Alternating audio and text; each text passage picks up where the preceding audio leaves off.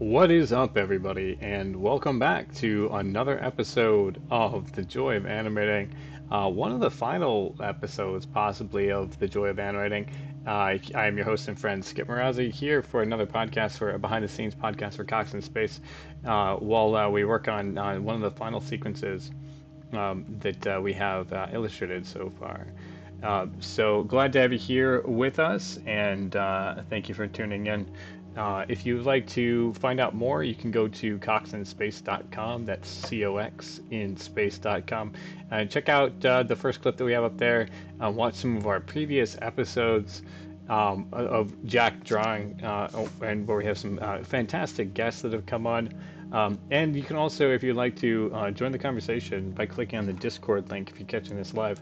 You can, of course, live chat with us on YouTube as we're streaming, but you can always join the conversation on our Discord as well. So you can go up to coxinspace.com, click on the Discord link on the bottom, the little icon up there that looks like the Discord fella, whatever he is, and you can always join the conversation there. I'll bring you to the general chat. While you're up there, if you'd like to help us out and continue to support this show, you can become a subscriber. So you can just go up there and join the crew. That'll take you over to our Patreon, and you can become a monthly subscriber with us, and we can keep this show rolling. So we're glad to have you here, and we're glad to converse with you. So here we are working on the final sequence, this big music number with Luna. This one's going to be a little bit tedious because we have to do the dance moves, and then I'm not sure. There's some things that we'll need to do to make this happen. To get her mouth moved. That's going to be another one of the tedious things to do. And then I want to make it so that she's more like dancey and less like, the same. So we'll see how this goes in making this happen, and we will have some conversations at the same time. So got to see some Shakespeare last night, and that was an interesting experience for sure. I haven't been to see live theater, with the exception of improv, for quite a while. I think the last live show that I saw was in Chicago. If I remember correctly, the reason we went is because it was a naked show. The nudity was a big part of the performance, and that was the thing that we got to do. And got to be a part of. At the end of the show, they invited people on stage to get naked with the cast, which again, super interesting. I forget what the point was. It was obviously an artistic reason for doing that, but it was an interesting performance there. Yeah, that was it was quite fun actually. One of the things that I have to follow up on is just letting you know. I had a long debate about whether or not people who, like community theater, like does it have any place being recognized if it's not like I was saying like quality theater. And one of the things I noted was that was interesting for me was that something that like isn't great. Has there's still quite a charm about it. Like they broke part of the set, and that's the thing. I was like, bro, that was like one of my favorite things about it, because it was such like it's a live experience. You know what I'm saying? So that's the thing with live experiences, is that you get to see something that you don't get to see if it was filmed. If it wasn't, since it's not professional, you get to see stuff like that. And then also there's something about, even especially when something is like, it's just, I don't know how to say this exactly, but I'm gonna try. But if something is like amateur, right? But then it like transcends still. Like Shakespeare is cool, I realized, in that he sets his dynamics up for his characters, that even if people just show up and just are just a part of the experience, as far as being in the cast, and they're at least trying, that you do begin to care about them. And I thought that was really cool because it was not what I was expecting at all. Um, Damn, I realized one of the things I want to do is I want to do a spot on her that like follows her and then leaves a shadow on her. I think I can do it by doing like a mask overlay, but it's going to be like hella tricky to pull this off. But I think I can do it. Um, the other way I might be able to do it is just to darken the set, and then no, that won't work. Yeah, I think I'm gonna have to do like an opacity thing that has a circle on it, like darken everything on that around her, and then just do like a hole basically that like follows her.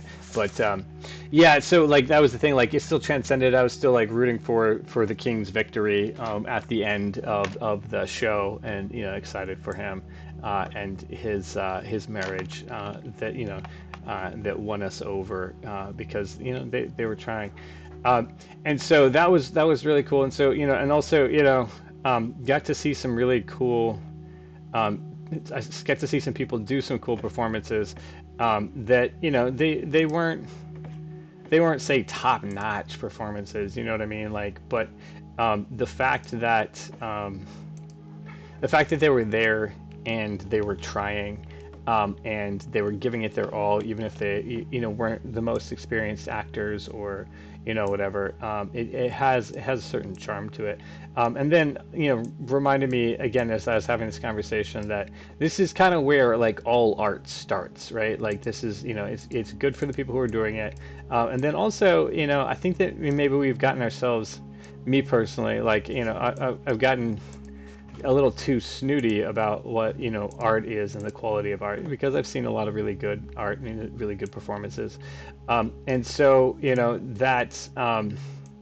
that it can be like and it was like if you go back historically where art starts is there's very few people who get to see really amazing performances in their lifetime, right? We have been lucky in our culture and in our time to get to really see good performances, and so what I get to witness is what was more like the casual experience of experiencing art is that you hear somebody sing as best they can, and that makes it so you get to hear somebody sing. You get to see somebody act the best they can, and you get it so that you get to see somebody act. And so I think that as artists, maybe we're just too hard on ourselves sometimes, because we're comparing to like the world market, and so that's why we get discouraged and give up on ourselves while working on things, or while thinking that if it's not tip top, then nobody's going to like it. And I think that especially now too, like people just like to consume as much media as they can, to fill the void. And so, I don't know if anybody's really looking for that, except for some artist groups who will sneer at each other, like I was with I don't want to necessarily see this unless it's going to be good, sort of mentality.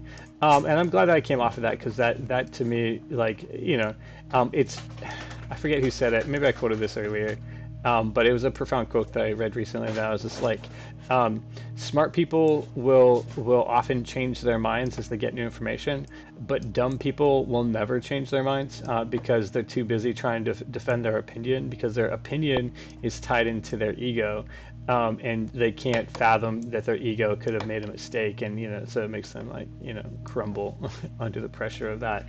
And so in smart people, what you see is this like very strong opinion that, once presented with new facts, it will like assimilate that information and then begin to morph its opinion based on the facts that it's been given.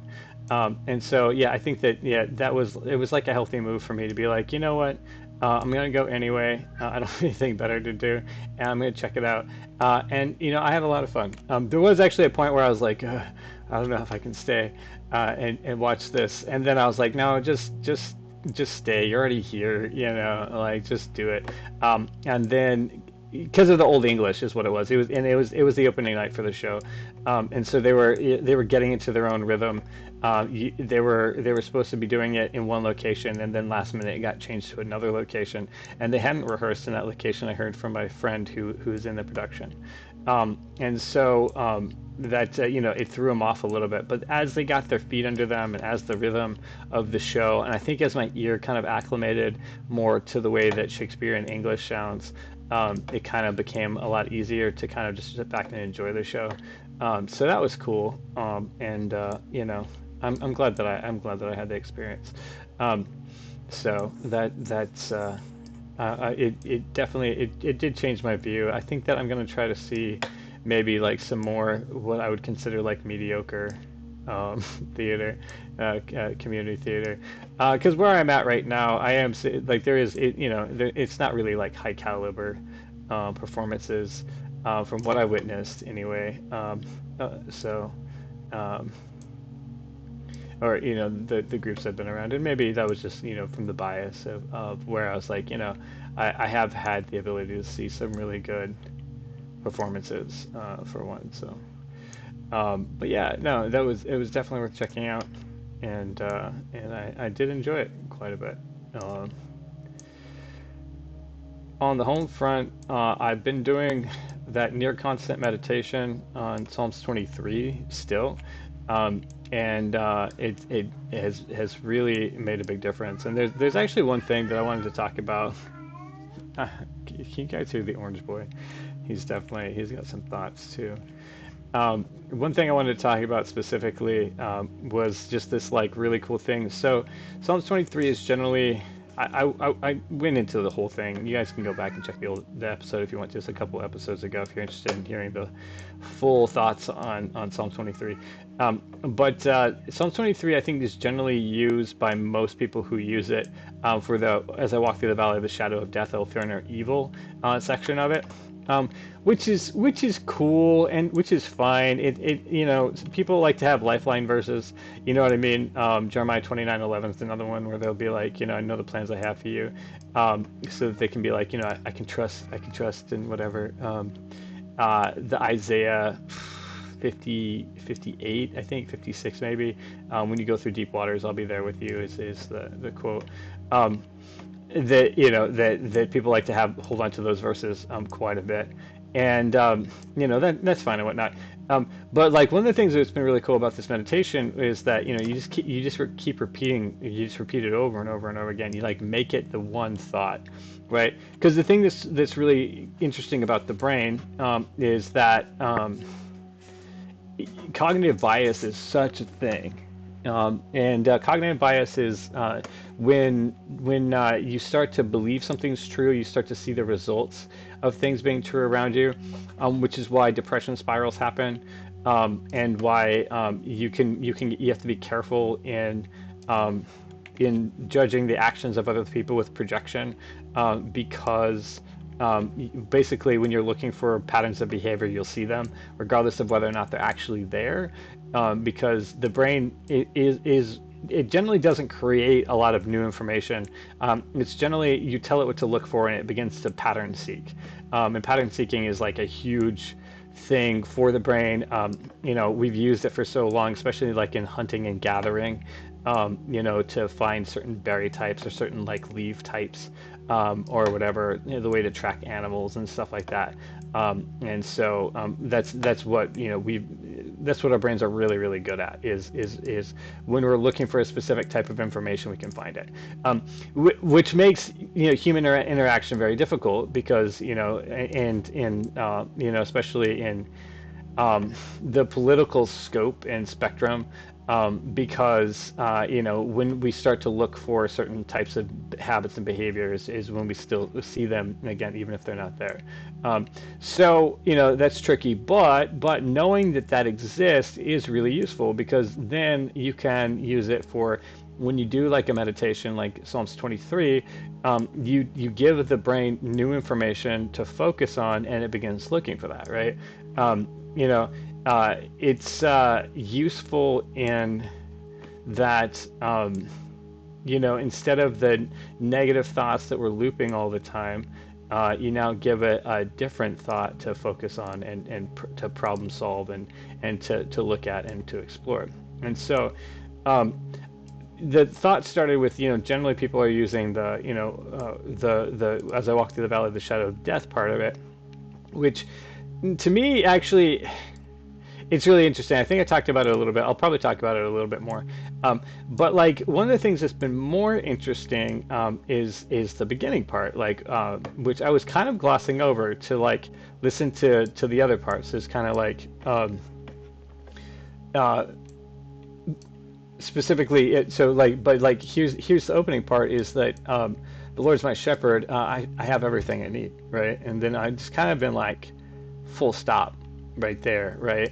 Because it's this really cool idea. Because I think that a lot of the times, especially if we're planners, if we have the ability to think ahead, um, when we get into negative places, it can be really easy to get into this spot of like, my life would only be better if such and such was true. Um, or like if I only had such and such available to me, whatever it is, it varies from situation to situation and person to person.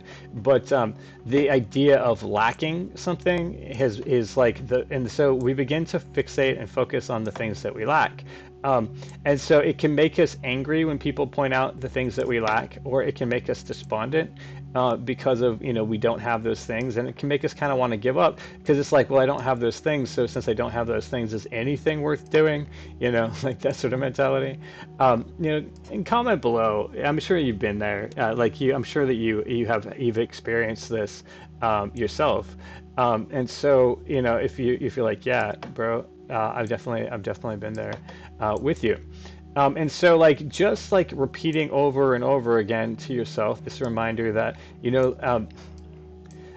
I'll back up one thought in a second here, but like just in the case that we are right now, if I just begin to believe that I already have everything I need, then this despondency goes away, this sadness goes away, the anger begins to go away, because if I'm not lacking anything, then I'm good, right?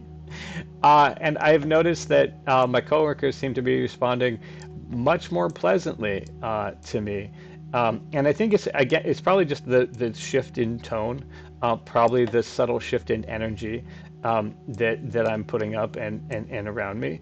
But I've been having some just really fantastic days, just where nothing's different. We're still doing the work. I'm still focused on everything that we're doing, and I'm just doing the work like I would normally do any of the work. Whether it's Cox in Space or working on relationships or just being wherever I am. Just do whatever the task is. But instead of I'm doing this task and I don't have the things, I'm doing this task and I'm already good. Then it really has. I mean, I'm pretty sure it's cognitive bias in the reverse right now, that they probably were responding the same way that they have always responded, but I'm not hearing it in the way that I'm getting a negative response, or that I'm being left out, isolated, hated, I'm forever alone, like those types of thoughts that happen to me when I get into like that sort of mindset. Um, One of the other things that has been really, really cool about that first just couple of lines is this idea of lordship.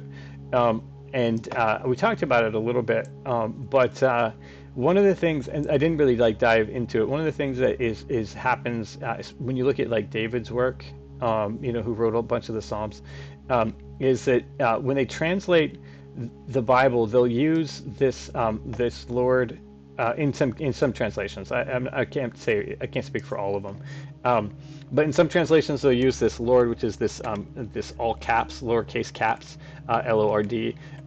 And what they're talking about at that time when they use that is that they're using this word in Hebrew that means like the universal being, or the being that is made up of all the parts of the universe. um, the biggest being, the one that we're like a cell inside of, you know what I mean, like a little paramecium or whatever. Um, yeah, the whole thing that is alive is what it is. So in like a really modern translation, although a lot of a lot of Christians take offense to this, but whatever, fuck them. Um, that it's this idea that the universe itself is providing everything I need, and I think that it's like it's to me like you can make it like esoteric if you want to, and you can make it like this big like religious like whatever, the Lord or whatever, or you can take it like the straight facts. You know what I mean? Like look at the science of it, and what are you and what do you have that isn't given to you by the universal force that is pushing all of time forward? You know what I mean?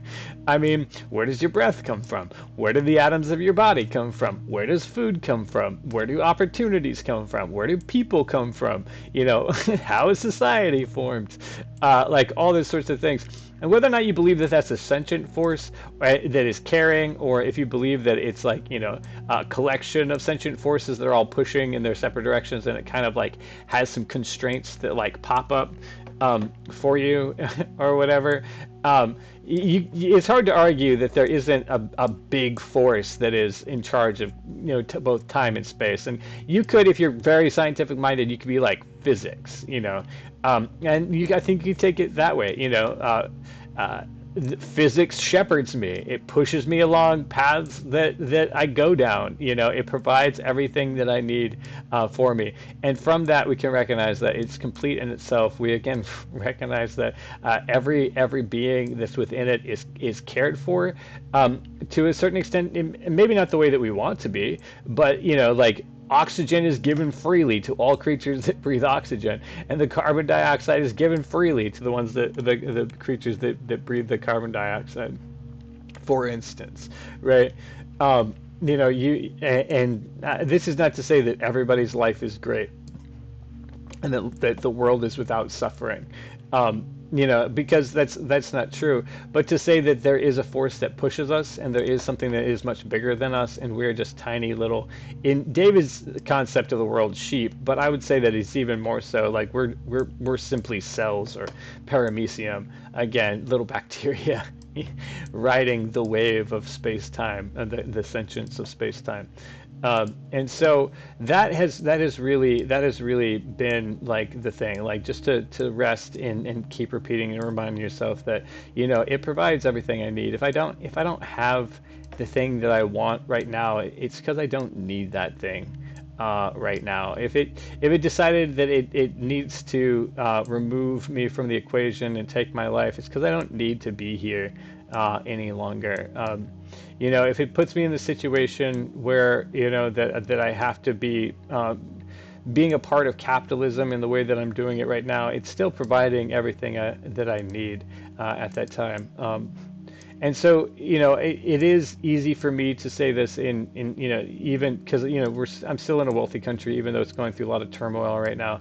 I am at a job that, is allowing me to eat, but like, and it's not easy, and I do have to show up and I do have to do the work, but it is providing for me. It is providing, and the force of everything is providing for me. And so I could, selfishly say, yeah, I'm the one who has to do those things, but recognizing that nothing really comes from me. I get to take advantage of the good things that are happening around me. There we go. I wanted to take that shadow off a little bit, so it's a little bit more cleaned up. I need to get right here. So that's been really, really cool. It really has shifted the perspective that I've had, and been able to like really rest in that. So, as far as I can see, there's not anything there. And so, um, it is great to be able to again just to sit back and be like, Because it's attachment, right? It's attachment. That's a Buddhist mentality, but it's attachment that causes suffering. It's the desire for things to be different than they are, or the need for things that I don't have. And so the meditation on this, the recognition that I have everything I need. If I don't have it right now, then I don't need it right now. Is this it takes all the pressure off to because I don't have to be reactive to all the things that are happening around me. I don't have to be suffering because I'm not getting basically what I want, right? And that's what it comes down to is that um, I think that we often we have everything that we need. Everything is taken care of for us in so many ways. Yeah, and I say that for again being in a wealthy country that is not in the middle of an active war. So I get to I recognize the privilege that I'm coming at that from. Um, but also I think that even in the midst of hard suffering, that this is again something that I mean the Jews did hold on to Psalm 23 also when they were in oppression, um, and I think that people who have gone through hard times have been able to hold on to this as well, and that's kind of the idea of even when I'm walking through the valley of the shadow of death, is there's recognition that this being is still provided everything we need, even when we're in hard situations. Um, and that's why the pleasure of even when I walk through the valley of the shadow of death, you're with me. Um, Maybe I don't want to do a zoom. Maybe I want to do a pan because it does a pan there, right? So like I don't know. We don't have a whole lot of space in this. Uh, oh, yeah, we're not gonna get a real good pan out of that. Let me see when it gets up here. Maybe we'll get a good pan out of there. Um, at that zoom level.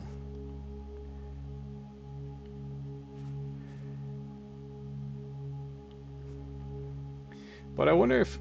Okay. So this is moving left to right. The camera gets weird because it's doing that. Here it would have to be. If I flip it, which is what I was thinking about doing, so I get the left and right to expose it. It puts him on the wrong side. So.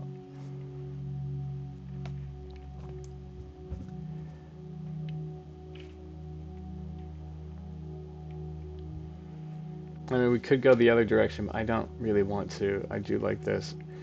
It will flip the letters if I flip it. Ugh. Anyway, so yeah, that's been really cool just to have that as like an active meditation, because it does. I mean, it pushes the cognitive bias in a direction that's really healthy, and so and then it's impossible to get caught up on all these extra thoughts. Um,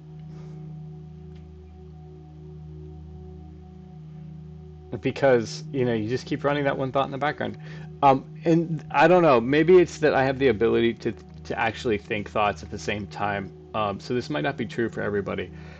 Maybe not everyone could do it, but if you're in the place where you have you do have all these extra thoughts running through your head all the time, or you're always thinking about something else and you can't seem to stop it. For me, I mean, like it's really, really nice. I have ability to focus on what I'm doing around me and still think these thoughts, right? Like just run the poem over and over again through my mind, or at least one little line over and over again through my mind, because that is really, um,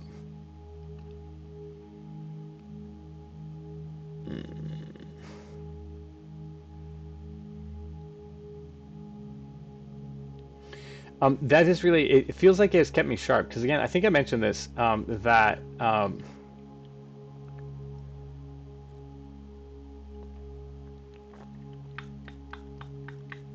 This is what I want to do. It's such a silly thing. Let's see if I can do it. Um,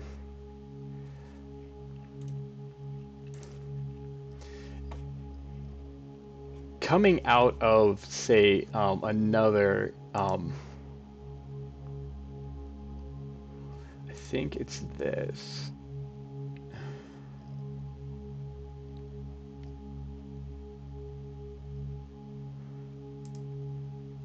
Um,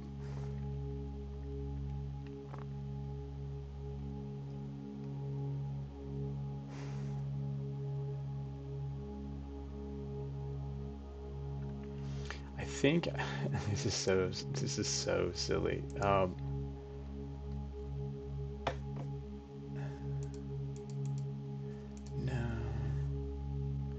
no, it's not that. I know what I want to do. I'm trying to. Yeah, it's this. I want to do this. Um, it feels like it helps me to just be in a place that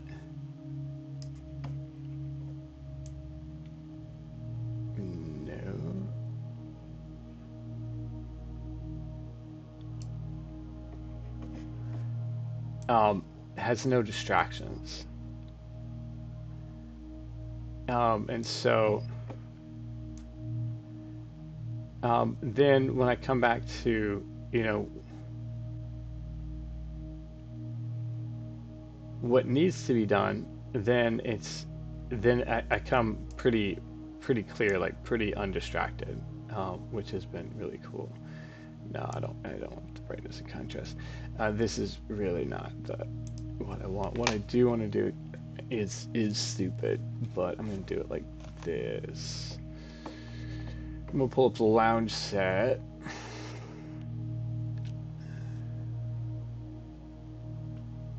And then do a mask over it.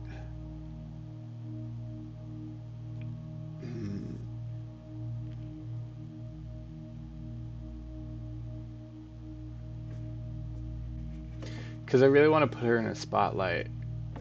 Um, and I'm sure there is a really I'm sure there's a really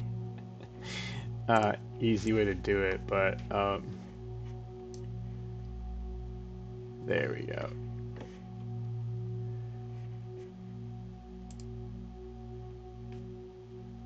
Um, cool. Yeah, yeah, this is it. Um, we want to do this and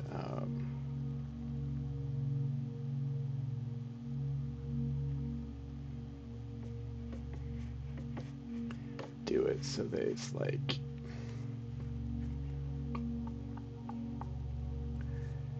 going on her.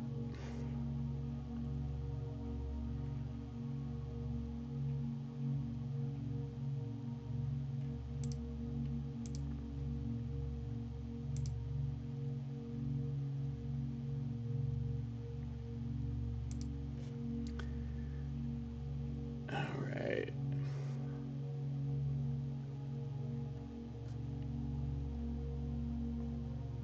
Okay, we definitely have that going on, which is cool. Um, there we go. And we want the center to move. So, oh Jesus Christ, why did I do this, right? Um, yeah, so it's right there, and it's on the whole lounge set, or is it? Huh.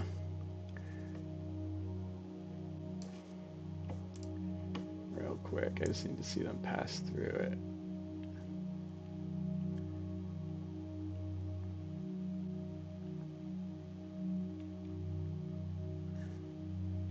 I feel like it's doing it on the whole size of this. Yeah, I think it is. And okay. Um,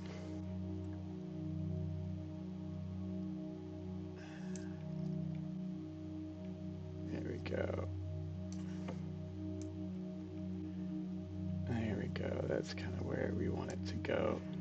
Because then because it doesn't travel, right? There. Um, and the angle right now, I want it coming from the camera almost. There we go. All right. Something like that. This is so fucking silly. I mean, it is really. This is so silly. Because we want it to be, yeah, that spot right there. So when it comes down, so it comes down in shadow, and then it's going to be starting off far left. Yeah, so yeah, they now you're literally just watching me play with the things that we do, as you do, you know.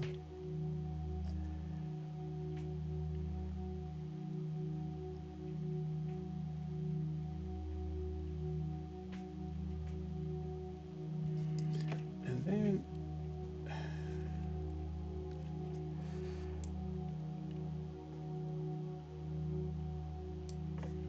let's try to just get it where we want it. There we go.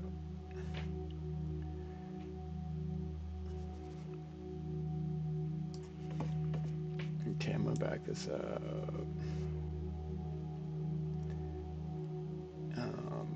I just need to have it happen when she's off, and then she's gonna move with this. The spotlight's gonna move with her. Um,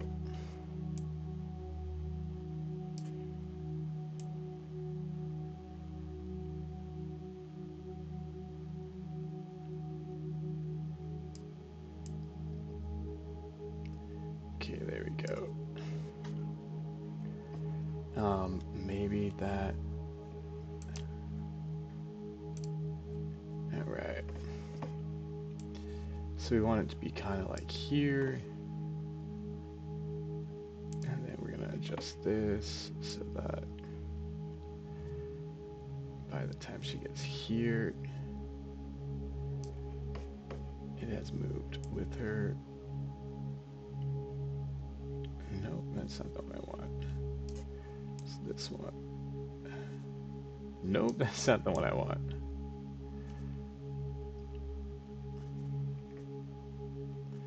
Oh, that's in absolutely the wrong spot. No.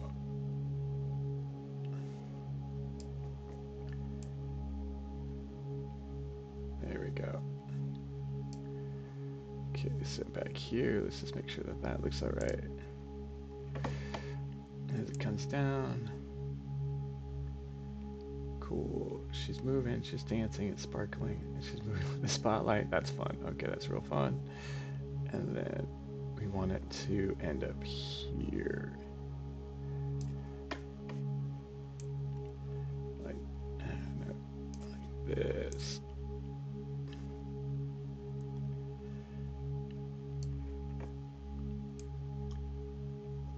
Like that.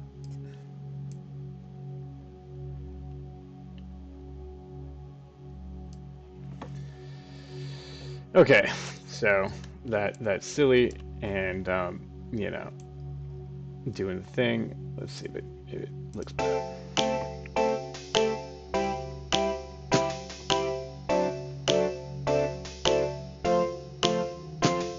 I know you got the blues, I know you feel down, but you wanna keep your chin up, kid, so turn it around.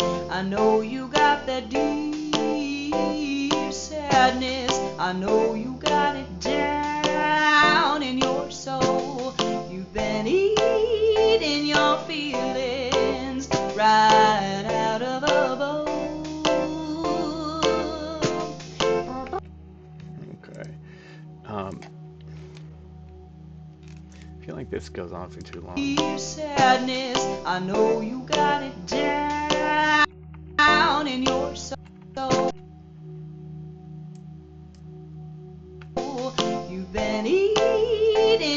feelings right out of a bowl.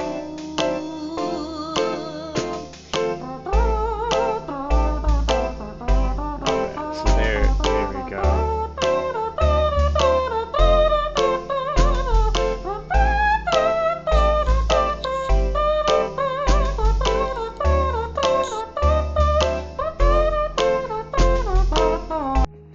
Alright, I want to use all that. I don't think we're going to be able to still, but um,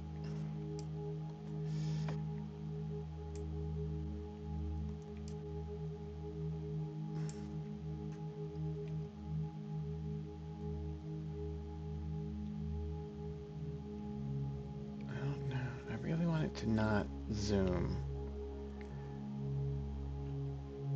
Also, I want her to come in and be a little further back here when she comes in. So let's go back to this one. Let's take this off real quick, and then we're gonna scoot her back. She might look like she's moving too fast, though. But cutie pie, I know he really wants some attention, but what are we gonna do about that? Since I'm in the middle of animating right now. Okay.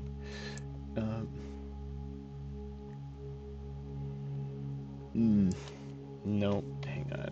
That's not the thing. That's not the thing at all, actually. Let's do this. Let's do this. I actually need it to be here.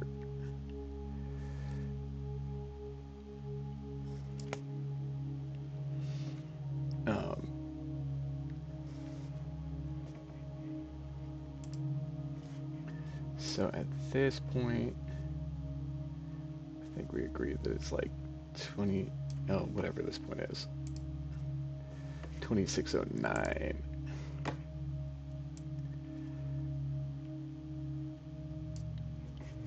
We want her to be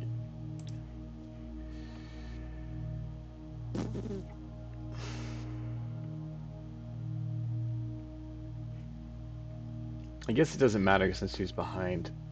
She's being hidden. And that's probably why. It's probably why. Let's scoot her back here a little bit so she can make that move like that. So that when she comes out of here, it gives her a little bit more time to do this. Yeah, I think that, because I just to take up that space a little bit more. Okay, let's see how this plays.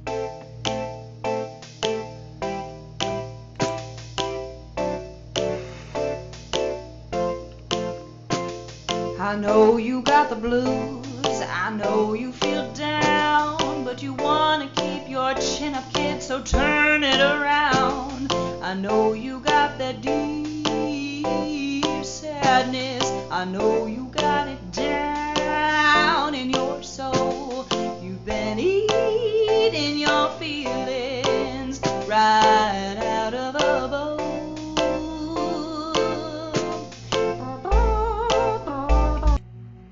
It's really that she stops also that's kind of bothering me, so I'm gonna have her keep moving a little bit. You know, that she just like pulls up quick on him like that. So let's have this position just a little further out.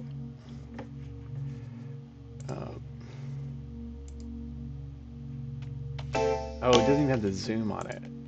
I know you got that deep really need to do a panning shot. sadness. I know you got it down in your soul. You've been eating your feelings right out of a bowl. There you go. So it keeps moving on the motion, and like it cuts on the motion instead of stopping on the motion. Which is good, and that it's fine. Let's do this here. I don't like this push. I really wanted to do a push because I to get like more on Richard's face, but I think I'm gonna have to do a pan instead. And let's do that just to get everything in place. Um, oh, there's some fuzz around that one too, dang.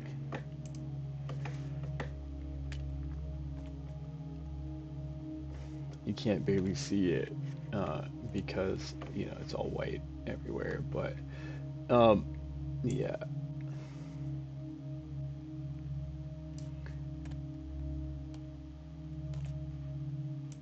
so yeah.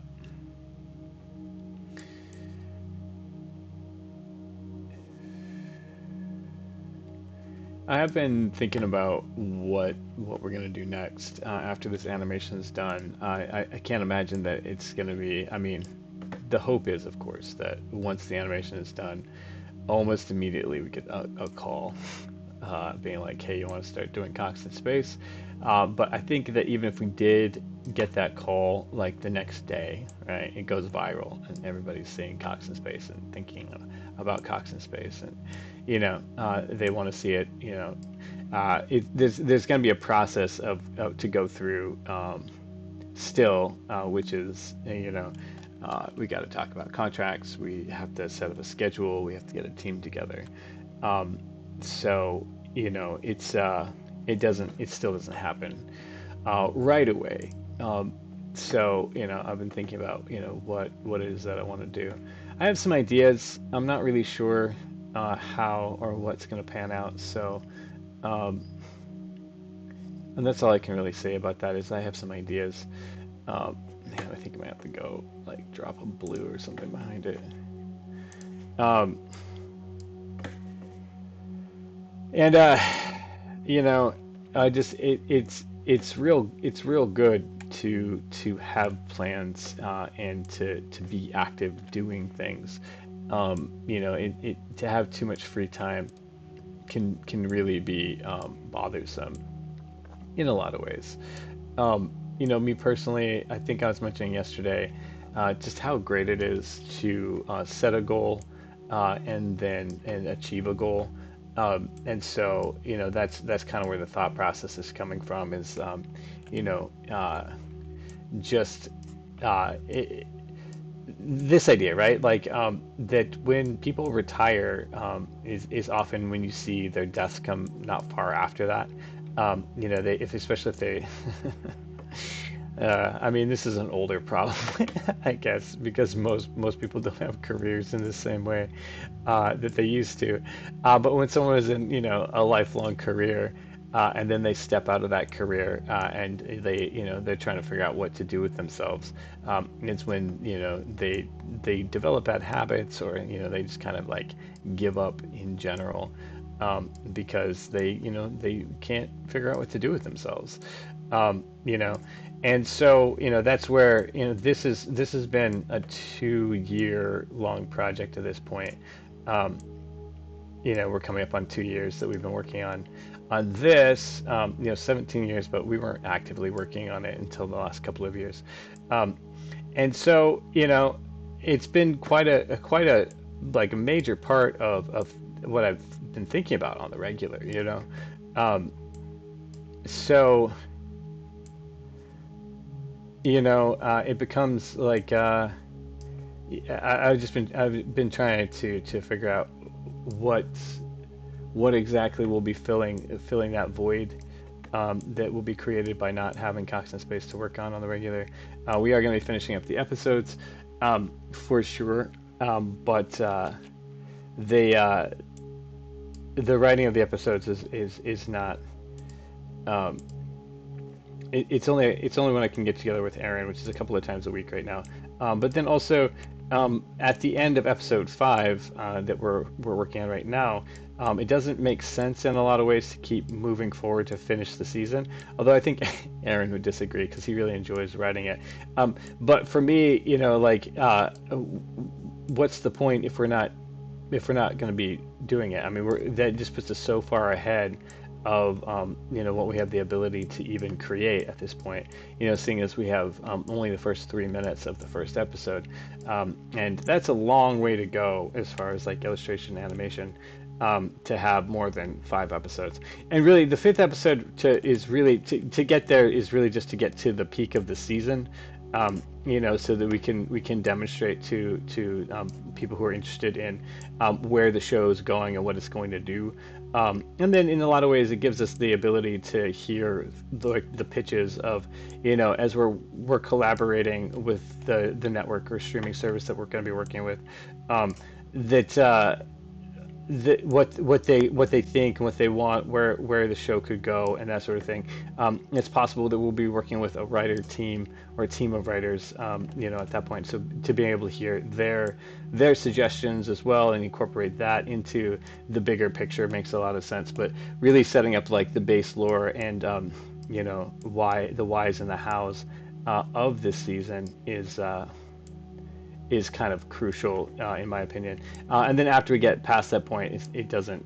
And so we're reaching that. You know what I mean? We're getting to this point where we are getting to the conclusion in a lot of ways of what the show is and where it's going to go, as far as we can take it, for the time being. And so, you know, uh, what comes next to me is like, kind of a concerning question. Although, one of the things I have to remind myself, because I'm in a phase right now of this, is that knowing the future isn't super necessary for doing it. It's more important to just keep moving forward, and that's tough.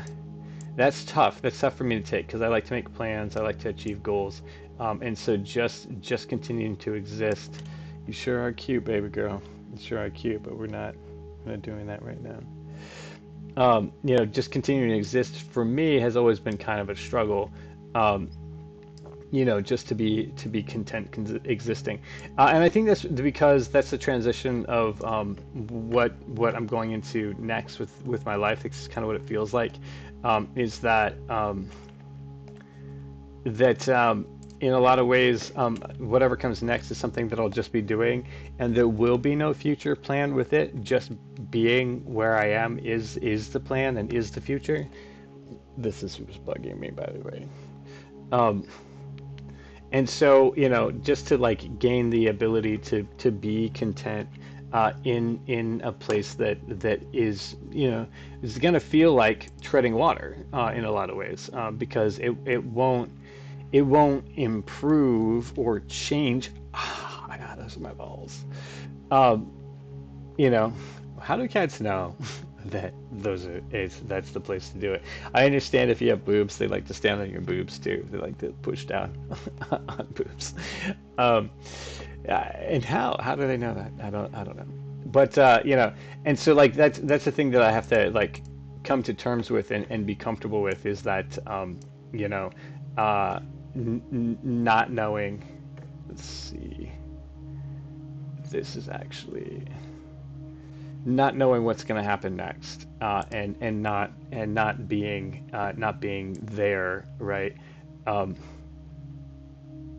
and being just being where I am is the thing that I'm going to do, which in a lot of ways is super nice, I guess. Like it's a cool thing to reach a point in your life where you've achieved, and then you get to just exist in your achievements, for sure.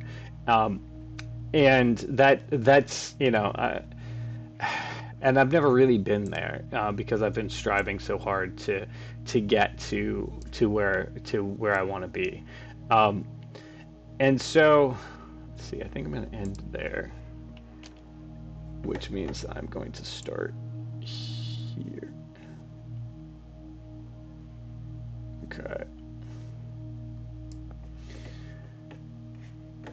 And so yeah, like that's the practice that is really kind of being enforced for me, is that feeling of like, what if you do get what you want, and what are you gonna do then, right? What do you do, once you have everything, or once you have the life. Now, obviously, there's gonna be projects that I'll want to do, and there'll be situations that will continue to develop, uh, and working through those things. I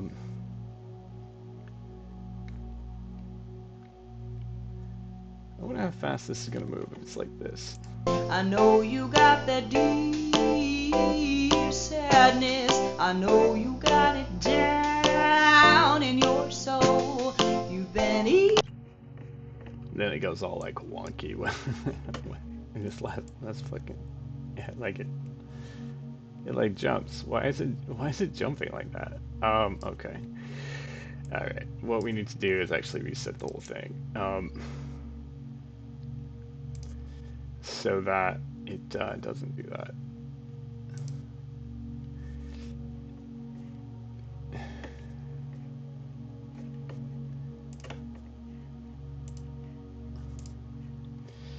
All right.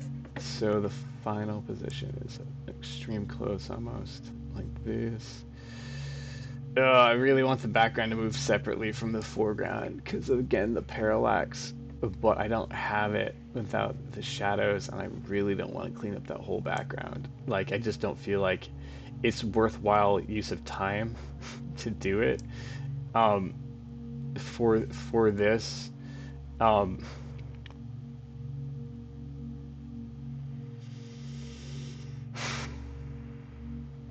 I really don't want to do it.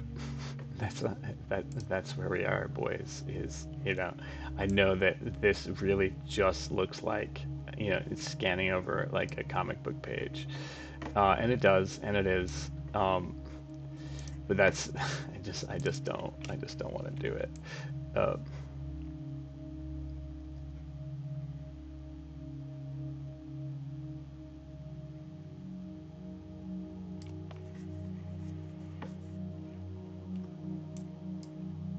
So turn it around. I know you got that deep sadness. I know you got it down in your soul.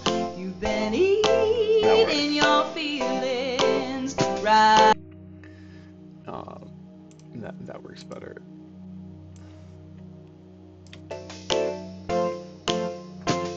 I know you got the blues. I know you feel down. But you wanna keep your chin up, kid, so turn it around. I know you got that deep sadness. I know you got it down in your soul. You've been eating your feelings right out of the bowl. Okay, cool. I like how the camera's doing it. I like the lighting effects with that shot being the case there. I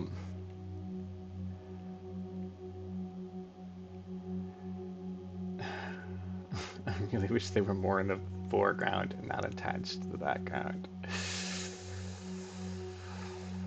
I don't think I can do it. I mean, they're literally. I think you can see it even. All right. Wait a second. Oh yeah, actually, I messed that up. These are not. Why are they? Hang on.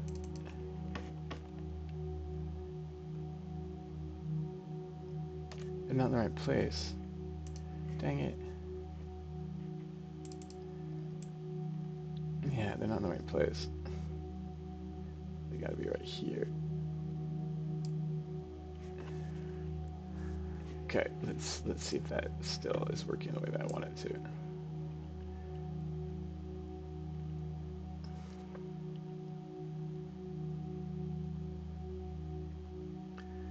I want to move that all up. Yeah, okay. All right, let's do this. You're here, and then we're going to move this like this, so it's more like that. Because I think you can do that. I want it to be more in the center.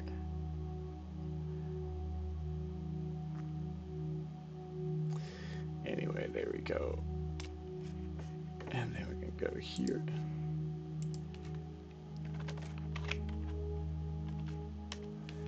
that.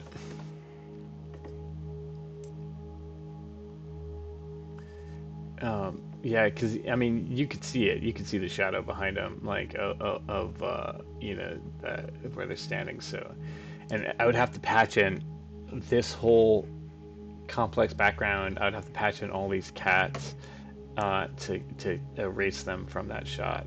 Um, it will be great to be working with an animator and illustrator that they're working together, so that we can see all that. Look at that separate pieces and whatnot.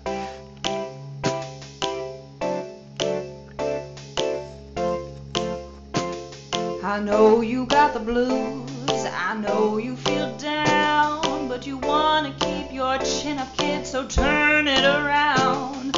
I know you got that deep sadness, I know you got it down in your soul. You've been eating your feelings right out of a bowl.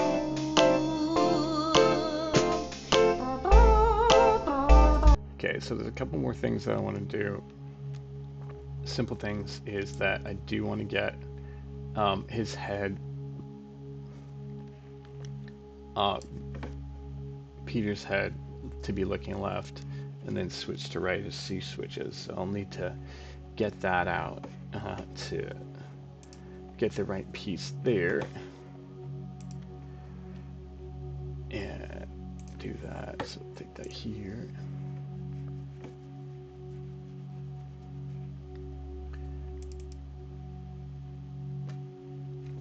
It will mean that I will need to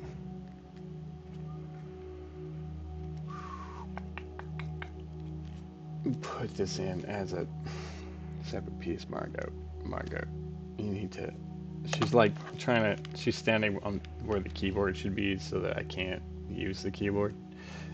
Which, you know, you think that it's just like an accident, but then, this cat really does think about what's bothering it and how to change that situation. So it's not actually very accidental. She's definitely trying to get me to stop using the keyboard, because that's keeping the situation that she wants, is stopping the situation that she wants, which I think is that she thinks it's time to eat, but it's not. It's not time to eat yet. Um, that somehow I've forgotten. It is overcast right now, and so I'm pretty sure it's harder for her to tell what time it is. Um, so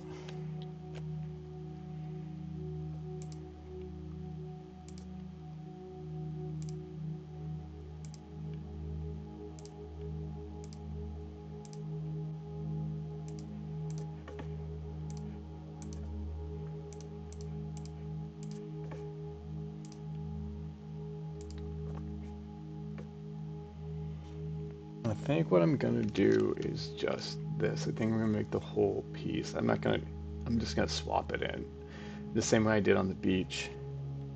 Um, so that I have this piece here. Don't do it.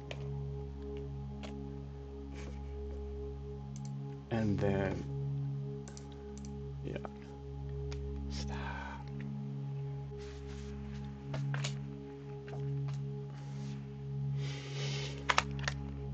Oh no. Oh no. Uh, okay.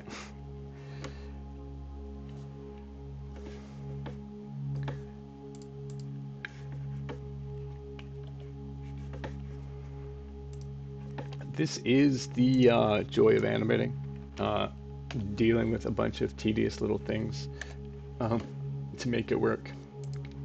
I know that this is the case with actually any type of animating you choose to do, because it's true about any creative project you choose to do. For instance, if you're going to be a writer, excuse me one second. If you're going to be a writer, for instance, you're going to have to write a lot of words. You're going to have to construct sentences. You have to build paragraphs. You don't get to just have an idea, and then the idea is complete.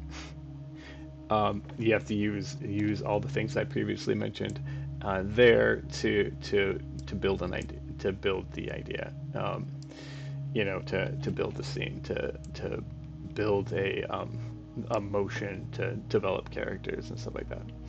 Um, so you know, in the old style of animation, you had to draw every single page, um, every single event that was going to occur and the motions between those events. Um, I don't know how they did it, to be honest. I mean, like I know physically how they did it, but I don't know how anyone ever animated by hand. Um, and I see stop motion videos all the time, of people like showing their process of the stop motion. They're moving a thing bit by bit, photograph by photograph. I'm just like, like that. That's quite a bit. So.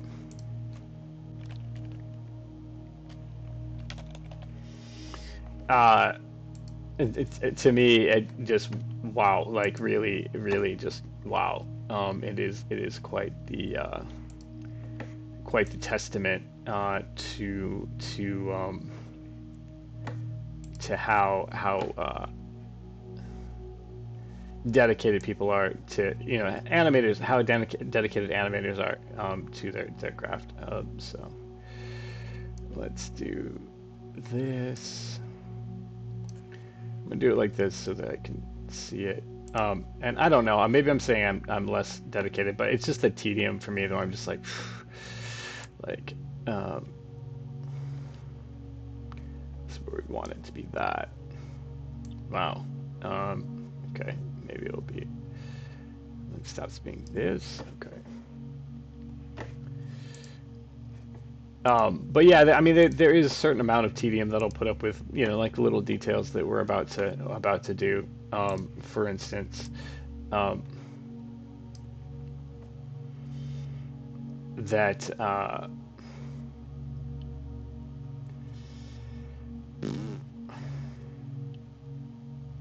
gonna do is this.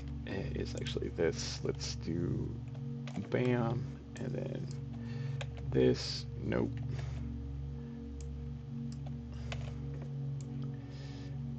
But there are a lot of things where I'm just like, that is not something that feels worth my time. You know what I mean?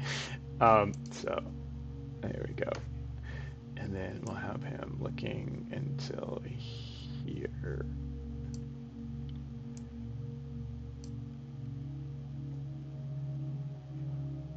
Nope. We want him looking until here.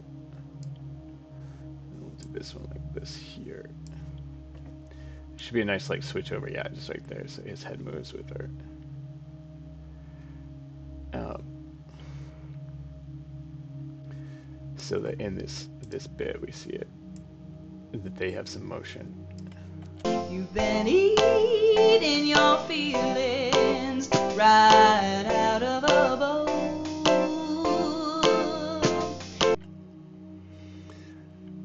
And also, I want her head. I'm gonna deal with that later. I have to deal with her head in a bunch of different ways. So we're getting to it. We're getting down into the nitty gritty of what how this is gonna be working.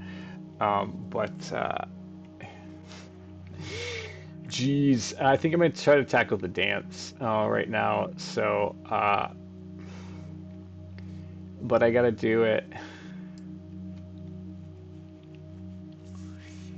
How do I want to do this? Um, I think I'm gonna do it in this one as we're handling her movement here, and then set her up for like a type of rotation. She starts moving here.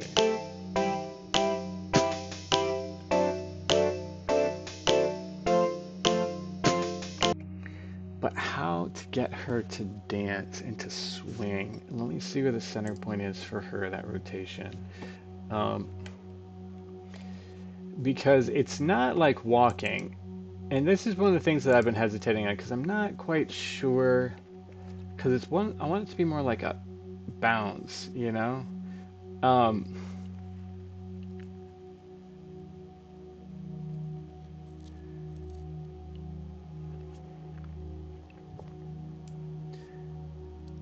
And then I have that center point locked where that's at. I don't think because of the position and scale I can do that, but I do have that rotation on her, and I think maybe that is where I'm gonna have to do it from. Um, I th I'm thinking about it, but I can't really visualize it. So that's one of those.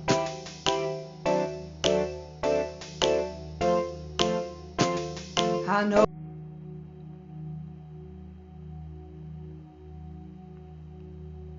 Also, her hands. I want to.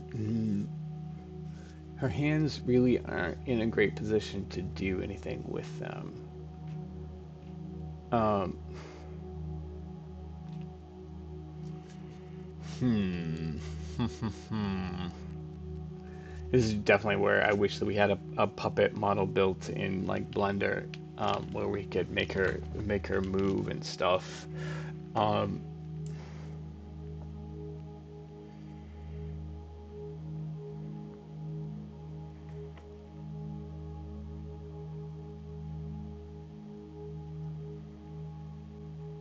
at this point is definitely where we want her to see them, but we want her to see them here actually. Something like.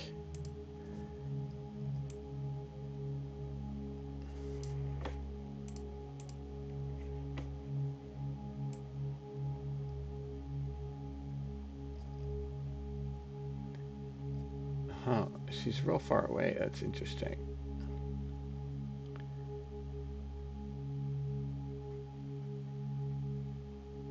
Hmm. She's crossed all that distance. She doesn't need to have her head turned by that point.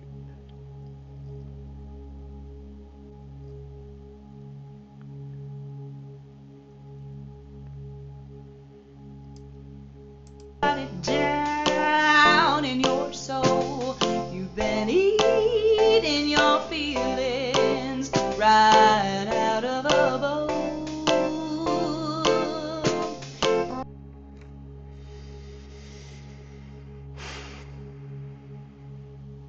You gotta love cats, right? Especially my cat. She's a great cat. She's very persistent.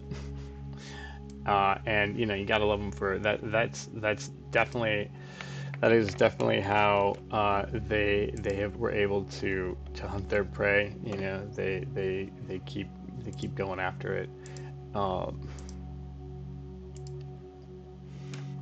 so she's trying to get her way. I think that she wants food, and so she's insisting on doing the thing. She has the thought again. She goes and does the thing again, and that's that helped him. In evolution with the chasing of birds and mice, and so she just applied the same mentality here with the insistence of coming back again to her food source, which is me. Applying it in a different way than she has before. But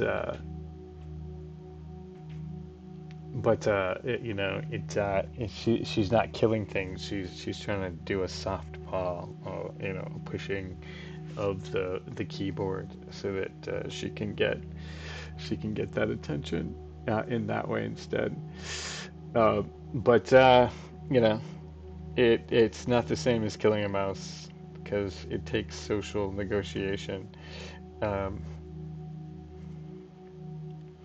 what's wild to me, I was thinking about this the other day, is how like the cat that you have is from a long line of cats that interacted with humans, obviously, right? But what we do often with cats and animals that we domesticate for as pets, especially, is that we fix them so that they don't keep breeding, because we don't want them to do that. And so what we've done is we've terminated this like evolutionary line because we want to have this pet, and that's real interesting to me. That's the case because the reason that cats are the way that they are is because they interacted with humans, for so long, for generations, and that's what they've done. And so what we have is generations of cats, the ones that we have, that aren't passing those traits down to their offspring, um, which is an interesting. Again, it's an interesting thing. Jeez, this topic is so exciting. I can't even stay awake for it. It's just such an interesting, like, evolutionarily speaking, right? That the things that I'm teaching my cat, it's just for that cat's experience. It's not so that they can teach, they can do what they're programmed to do, or whatever. I know you feel down, but you wanna keep your chin up, kid, so turn it around. I know you got that deep sadness. I know you got it down in your soul. You've been eating your feelings right out of a bowl. Okay. So I think what I'm gonna do, starting here, 517. That's where that kind of starts for her. Um, K2 is where I have that set up, and then she starts that movement. Okay. But I think starting here, um, I don't know if I can do it that fast, like a metronome. How do? Hmm. Hmm. I am super curious. Hmm. Again, not quite positive how to make this dancing happen. Walking was a trick, and I was glad to have figured that out.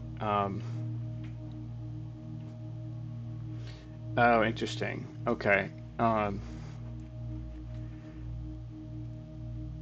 how do I get that to? Do you see what I'm doing? Like she's kind of doing like a forward step, a backward step. Maybe I'll have her like flip, so she'll be like, hmm, so that she keeps flipping back and forth. Um,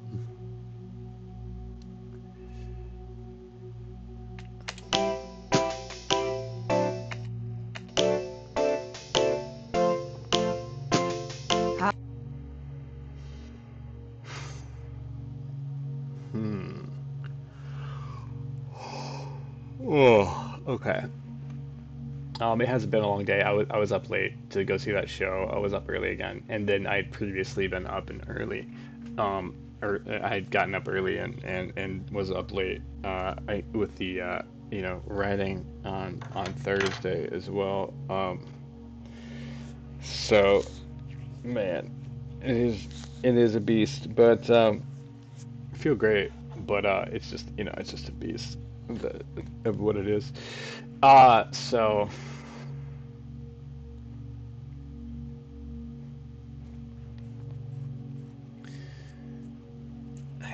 Because it's also not just forward movement. I needed to move backwards too.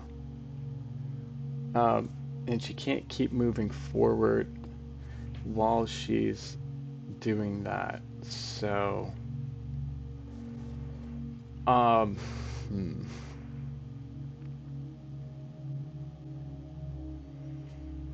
hmm.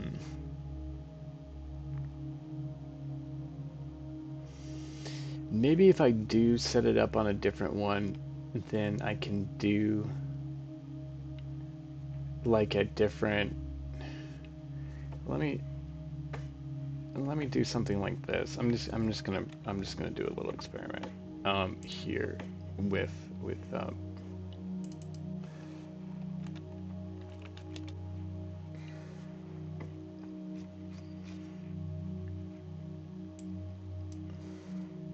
If I put her in here, for instance.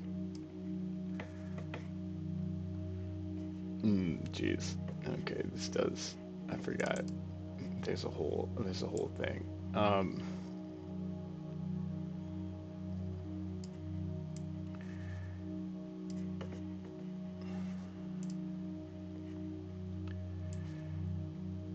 Okay, so scale's at 12.9. Let's default her. No, I can't actually default her to that. I have to, maybe if I default her to her full size. Nope, that won't work either. They're gonna replace that 19.5. Damn. Because when it's replaced here, it's gonna shrink down. Based off of that, I'll have to change the scale. But okay, let me just okay.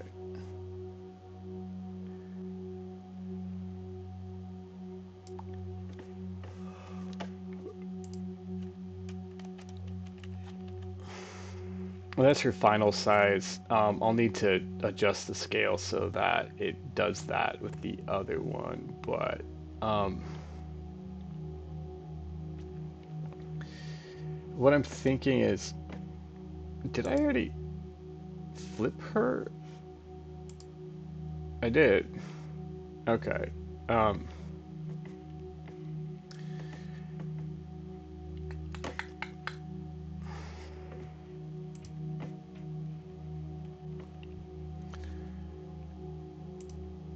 let's do this.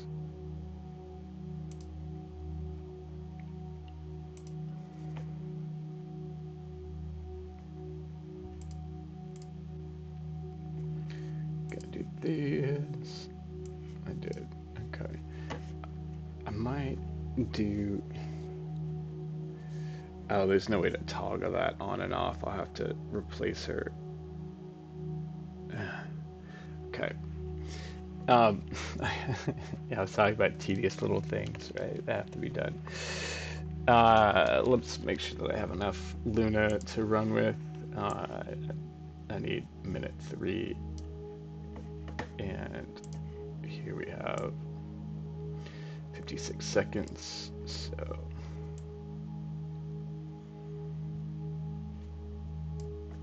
minute 3.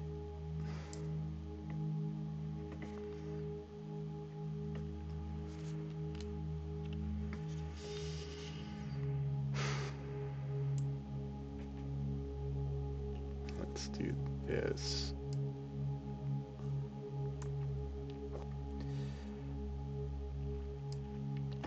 Because it's something like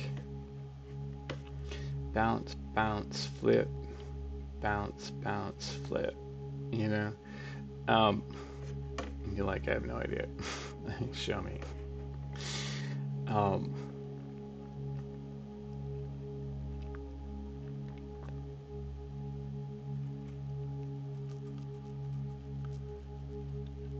that's her final size. That's her at 100. Okay. So, it's like, I mean, the first for few seconds don't matter, but I want to move this, say, to here. Um, so it's like,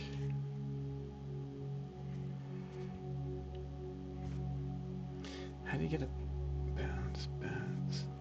Okay, maybe it's like there, and then it's like,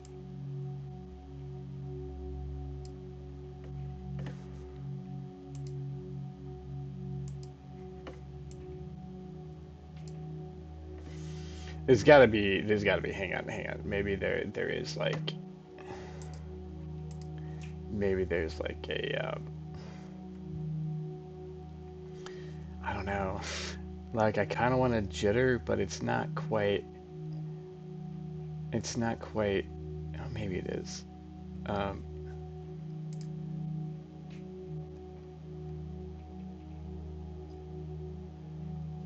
um,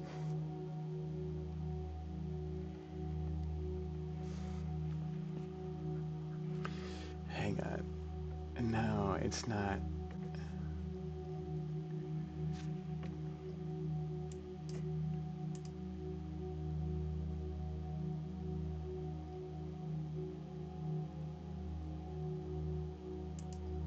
Sort of. That's sort of what I'm looking for, but not really. Um, it does need to be shorter,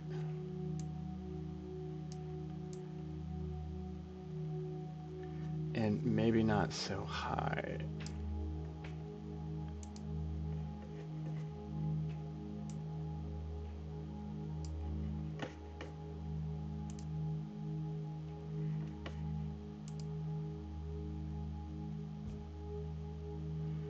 Okay, it needs to be shorter than that even.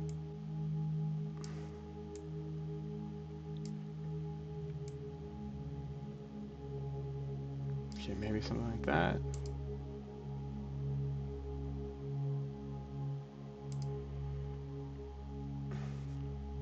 I think I want two of those.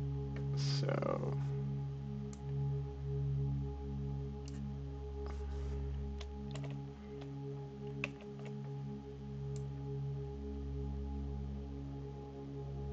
okay, so it's like,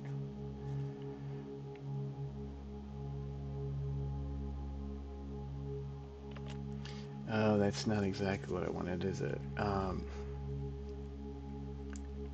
No, it's but because you have to do it forward from this final position.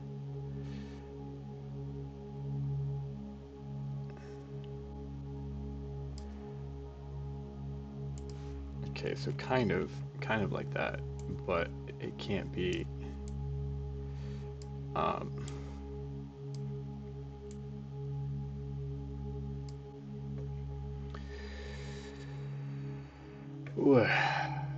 guys, I'm having a bunch of background thoughts. I'm really sorry. It kind of is bumming me out. But we continuing on nonetheless. So um,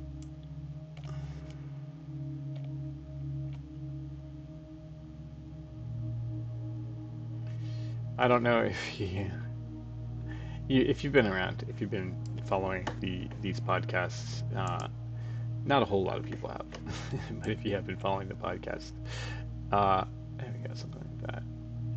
I think you probably understand why. Yeah, there we go. Um, why mental health to me is such a hot topic, and that's because it's so easy to get wrapped up in your thoughts, and wonder why and all that. Um,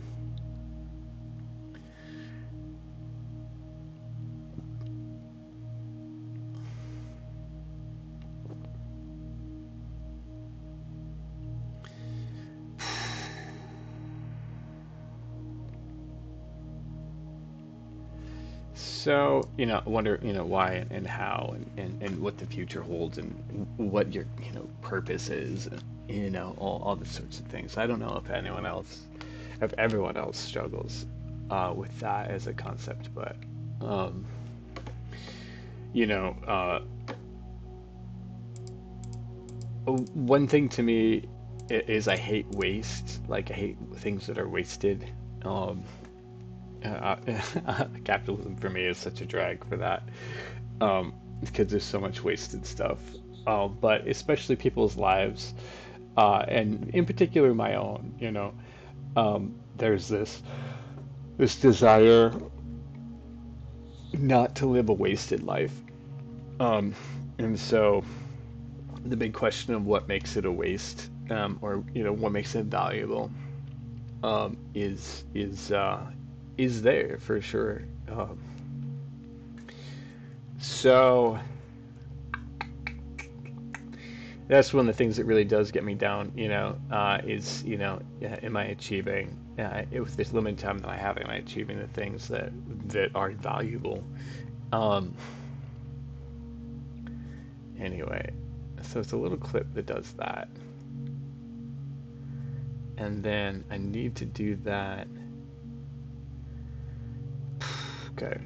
Um, I kind of think I'm seeing, like, I need a clip that does that a bunch of times. Um, in kind of various ways. Um,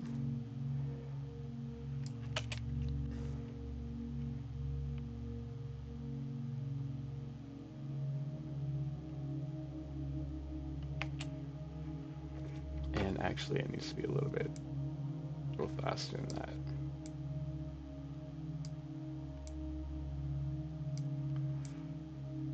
Let's see if that'll do it.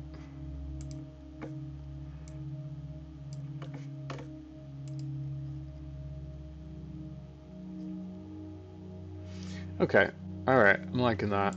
Um, let's see if we can't get this to kind of be like our sample clip, and if we can't use it in different ways, and that way, maybe it will be kind of repetitive, and maybe I'll do some things where I like rotate it a little bit. Um, hmm. When I was like, yeah, this will be done pretty soon, I did not consider the what it's going to take to execute this dance. So there you have it, folks. Yeah, yeah. Um, obviously, obviously, um, to have done this, as a puppet, as a thing where you can control all the nodes and whatnot. Um, in Blender makes a lot of sense, so that you can just do this dance instead of trying to make this two-dimensional image do that. Um,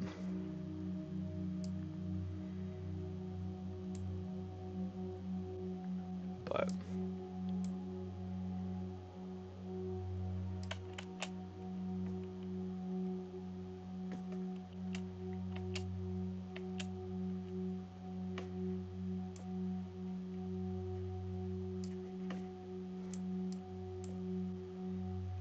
okay,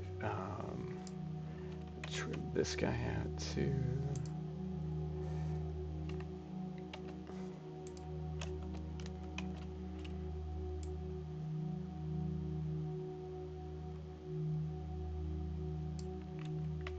Okay, so it's just this now. Uh,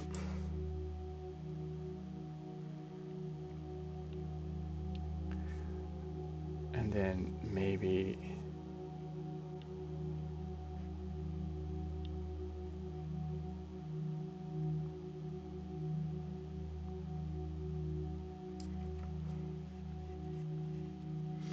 thing is, I know I'm gonna have to edit this again because we have to take her head off and edit that, so her head is in there. I'm gonna have to do it a whole different.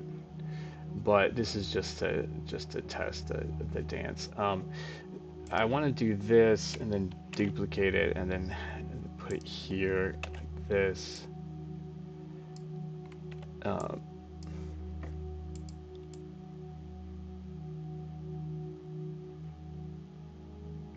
but it needs to end in that same point, doesn't it? It doesn't go back.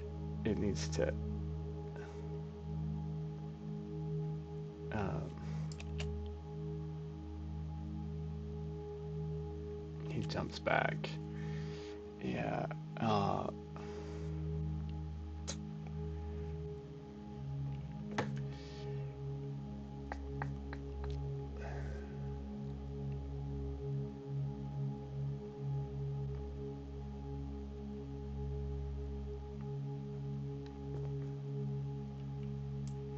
also, I want this rotation to happen. Okay. Yeah, this is definitely trickier than I had thought about, which is fine. It's just that it is going to be a little bit of a trick to make this happen. The joy of animating, setting up problems for yourself and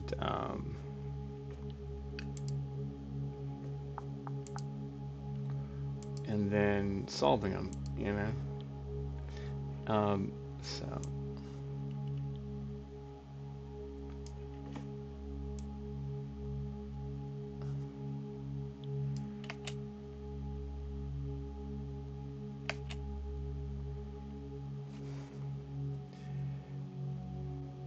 what if we?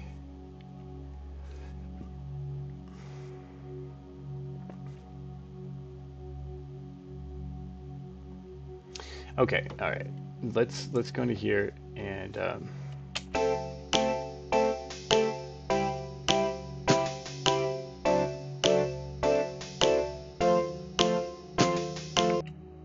So she's doing that. So we're gonna have her walking. We'll have that happen, and then we'll add some like bumps into it. So for the walking, let's just establish the walking to get that, and then I'll do the same sort of thing. I'm gonna have to zoom in, obviously, to do like a couple like hop steps, and then okay, I think I'm saying how this is gonna come together. Um, okay, let's go back here,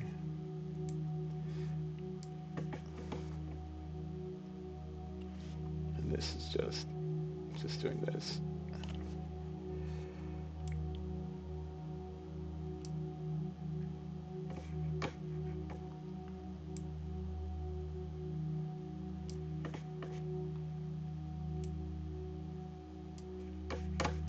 There we go. Just a little bit though. There was I had a friend point out that the cat walking on the beach. I think I mentioned this yesterday. The cat walking on the beach, she's like swinging too much as she walks, um, and that it should be less dramatic than I made it. I was like, I mean, you're right. I hate it that you're right, but you're right. Um, but you know, so it is. So I'm trying to do this. Ah, jeez. Um, it's gonna keep happening.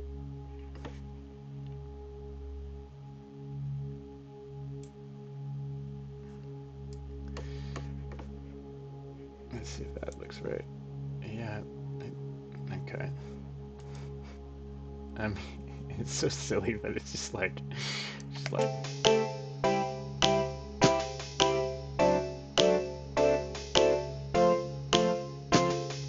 oh no, it's got to move a little bit faster than that. These have got to be closer together.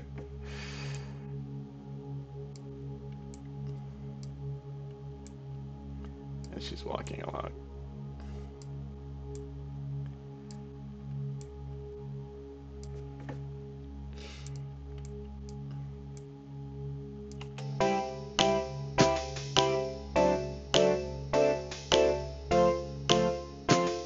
I know you.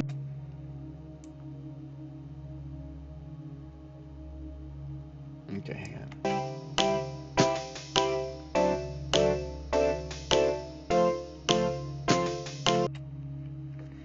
It doesn't even seem like I've done that many of them. Okay, so she goes from center, forward, forward, center, backwards, center, forward, center. Okay, center, forward, forward, backwards, forward. So it's got to be from here. Right, we gotta do it.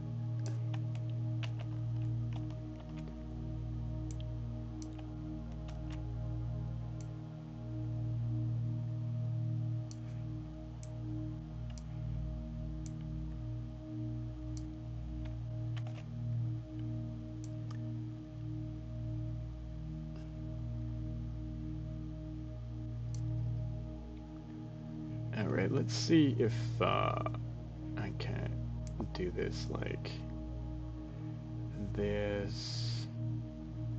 Take all of these like this. Baby, I know it, but it's still not time.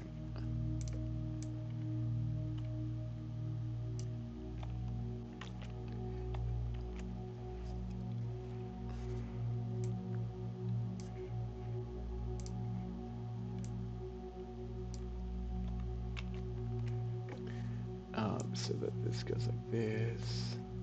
Okay. And then hopefully this does it like this.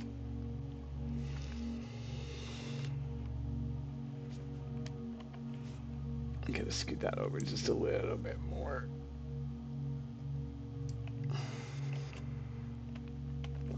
Just a little bit more. And then hopefully that doesn't look too bad. Let's see what it looks like.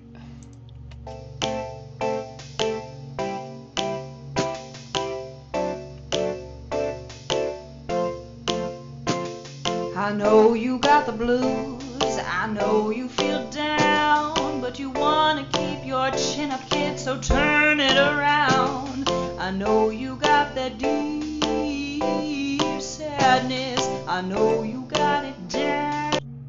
Wow, no. What happened? What just happened? Um, okay. I don't know. Down in your soul, you've been eating your feelings right out of a bowl. Okay, maybe that works. Maybe that's working. And maybe we just need to put a little bit. You've been eating your feelings right out of a bowl.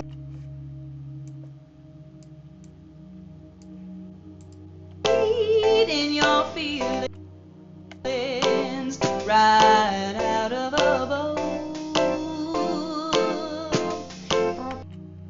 I do like that she glides like that, but it doesn't look like walking. Again, center. Let's go back.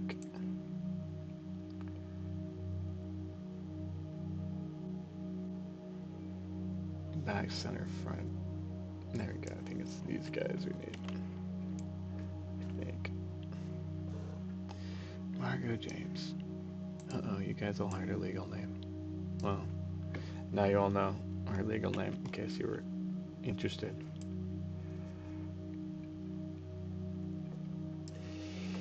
Alright, then we're gonna do some things I think where we add that little hop occasionally. Let me see here. And then let's take a look here.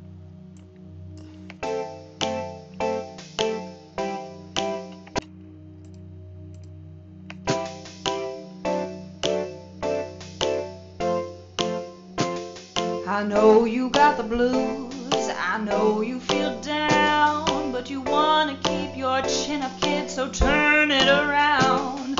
I know you got that deep sadness, I know you got it down in your soul. You've been eating your feelings right out of a bowl.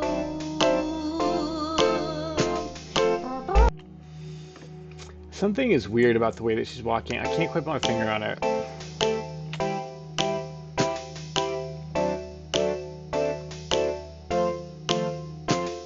I know you got the blues, I know you feel down. It's like she's double but you hitching to the wanna back. keep your- Yeah, she's double hitching to the back, which means I messed up the way that it's working. So let's see.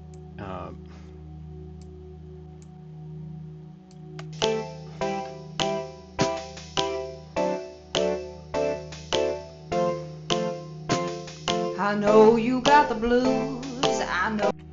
Yeah, she's double hitching to the back without going forward again. So I'll need to get rid of all these actually just to start it over because I won't be able to I won't be able to fix it. I'll need to build a sequence and then just repeat that sequence intentionally, and I did not do that. So okay, let's start again from here where she's just under standard rotation, and then we're going to from here we're going to rotate her back. The trouble with it is that it's hard to see where, while it's happening in slow motion, where she needs to do the separate things. You know, when it's like, because I'm doing it just, you know, a couple of frames. And this is the trouble I ran into with the first cat too, is I was just, you know, because you don't get to see it happening, you know, in motion. Okay, there's a center.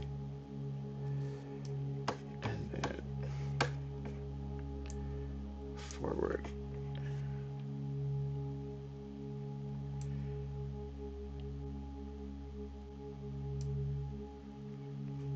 And then back to center.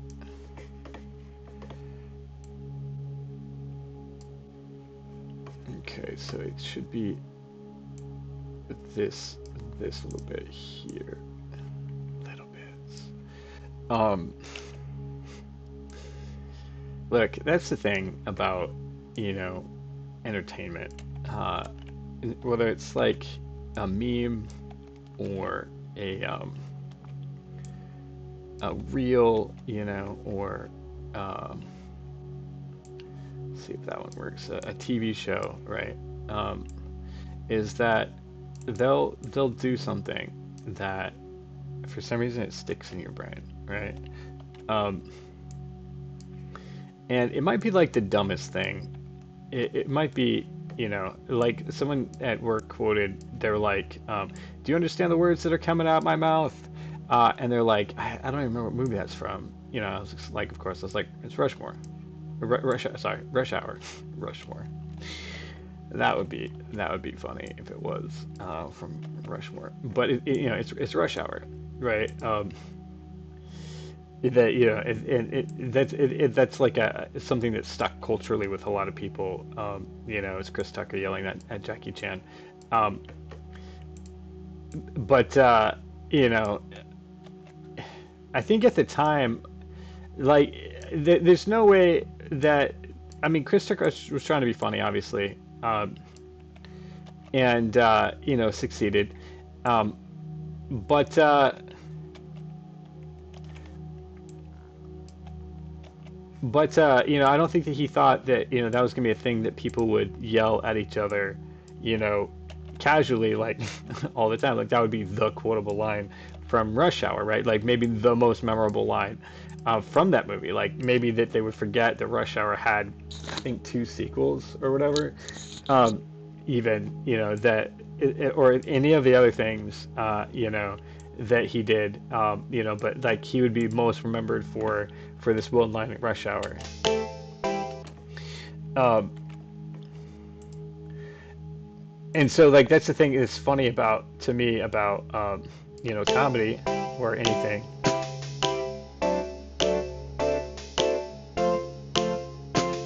I know you got the blues, I know you feel down, but you wanna keep your chin up, kid, so turn it around. I know you got that. That is not working because it's just way too fast. I got to spread those all out. I mean, the action looks right, but that's just way too many of those way too close together. The reason that I was mentioning that, what I mentioned to you there, I should have checked it out before, but I was like, I don't want to do it. Um, is Like I just quoted from interdimensional cable, this little thing about making food small enough for people's.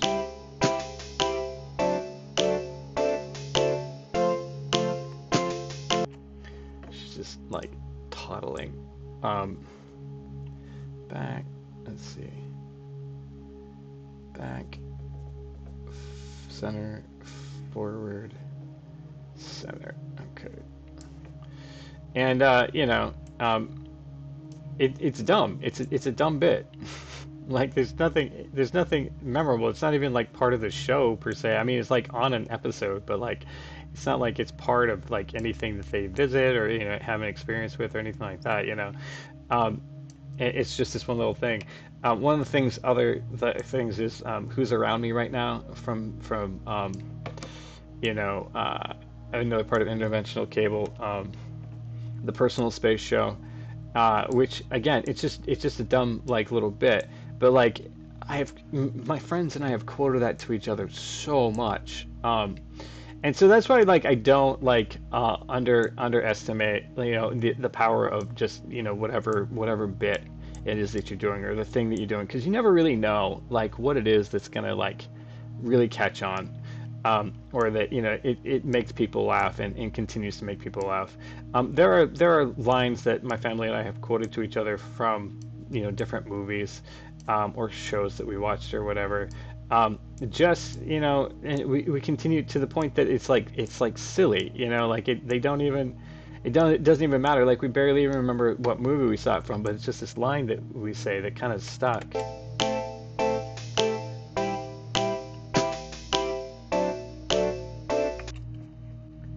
Yeah, I have it doing one step cycle, so it's really hard to see if it's working or not. Uh, Quite possibly, guys. Quite possibly, sometime in the future, maybe I'll learn to actually animate, and I'll be doing step cycles, but it'll be like different or whatever, and maybe I'll find out at that time that it's exactly the same. You do the same tedious shit just like this, and I'll be like, yeah, I was already doing that. Like now it looks better than it did before, but like, um, it's still the same. It's still the same bullshit. Um, so, thank you for sticking around with me as we do this like really ridiculous. Let me see if this is working before we get too far.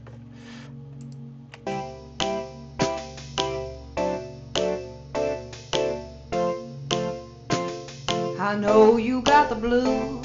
I know. Okay, it's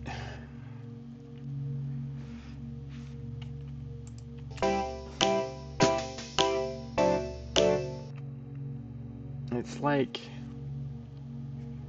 hang on, it doesn't go.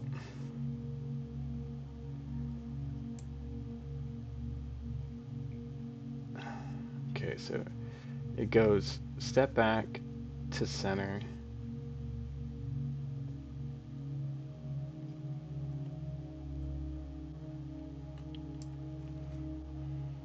Right. No, no, you need to wait. Oh, guys, we're almost out of time here. That explain why the cat's getting way more antsy than she was. We have a few more minutes left in the show, so hopefully I'll be able to get at least the cat walked down, and then I'll be able to add a little hop, a few hops in there, for the extra dancing. It's like it's not going back far enough, I think. No, no, no.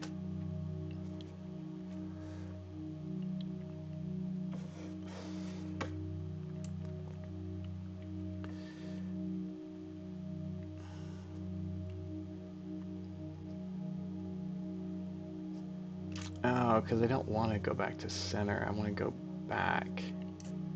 So it's like maybe.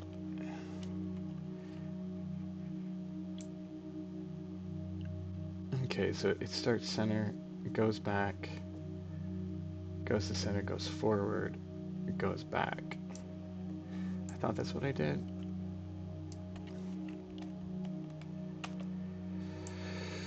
Ooh.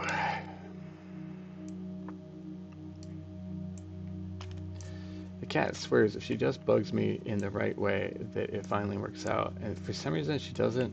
I mean, I know for some reason, she can't tell time is the reason, but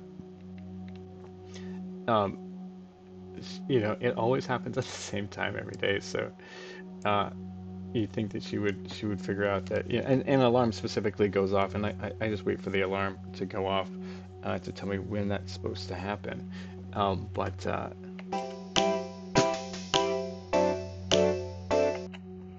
okay, so that didn't do it either because she's like kind of like blocked to the back. Um,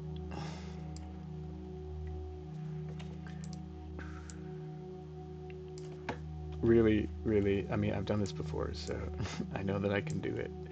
But it is quite a pain to try to figure this out again, and do that for these walk cycles for all of them. But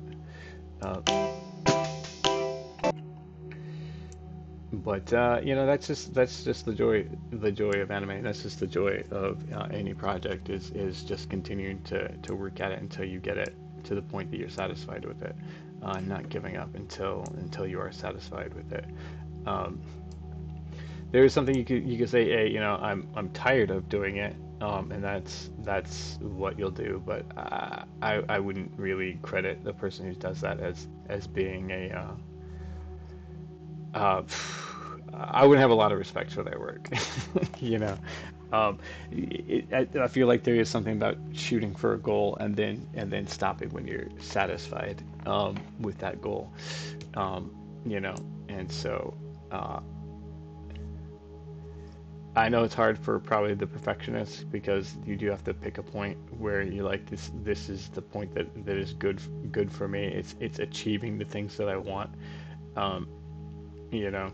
And so and even though it's not perfect, it's achieving the things that I want.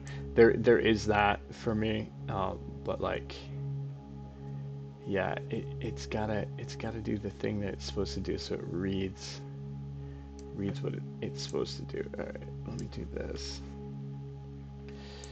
Um, okay, pitches to the back, comes to center, pitches forward.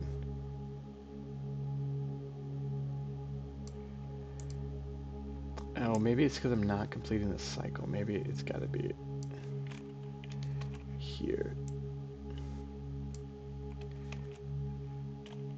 Let me do this.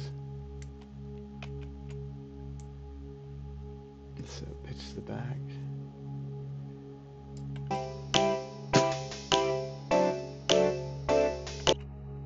Okay, that kind of looked like it did it.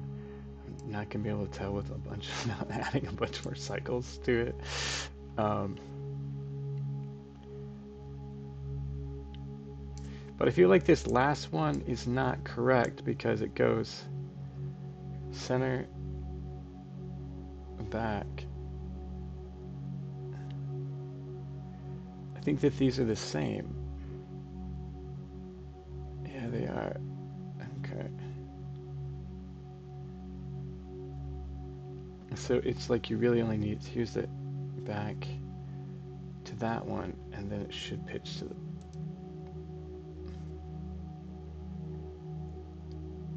It's not looking right on the second rotation. Um, hmm. Okay, so it starts at neutral, goes back. Then it goes towards center and then back. So it needs to go back to center again. And then do that same thing again. So it should really be these. Um,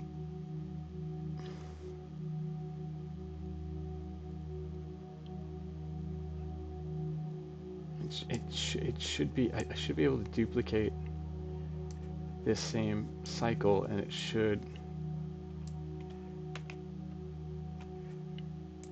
I didn't copy it. Yes. Yes, the user error. Yes. Here we go.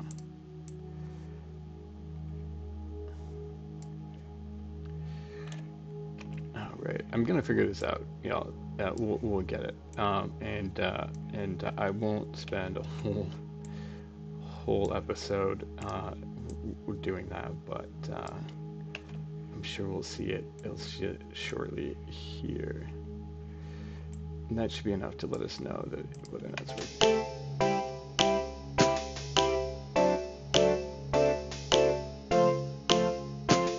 I know you got the blues, I know you feel down, but you wanna keep your chin up, kid, so turn it around.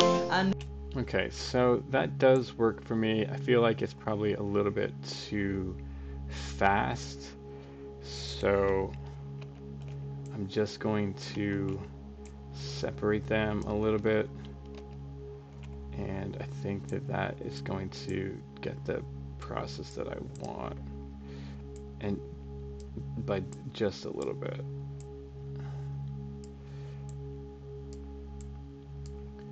Something like that, hopefully, and then we'll do this.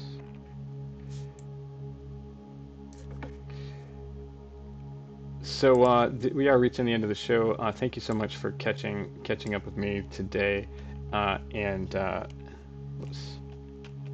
and sitting through the process of the joy of animating, which really, I mean, you gotta recognize that I'm not having to draw all these things by hand and then finding out it's not working.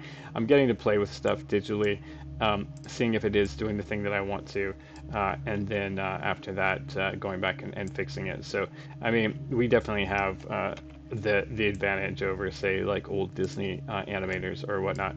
Um, but also, you know, this is the joy of animating. It's working with little itty bitty steps and trying to get it to work together, creating a cycle that is useful, and that you can reuse a bunch of times. I don't need to do it there, but I'm going to do it anyway, so it can come out kind of more random on the far side when she shows up again.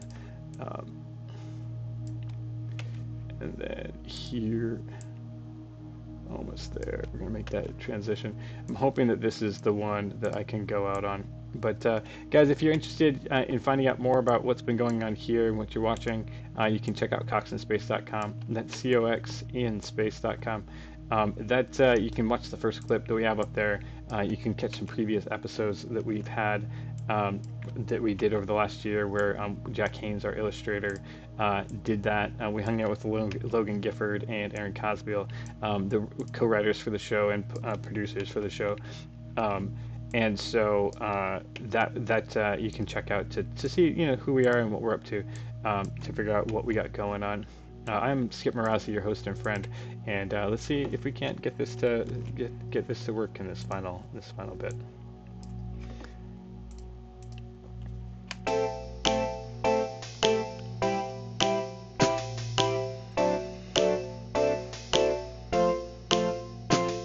I know you got the blues, I know you feel down, but you wanna keep your chin up, kid, so turn it around. I know you got that deep sadness, I know you got it down in your soul.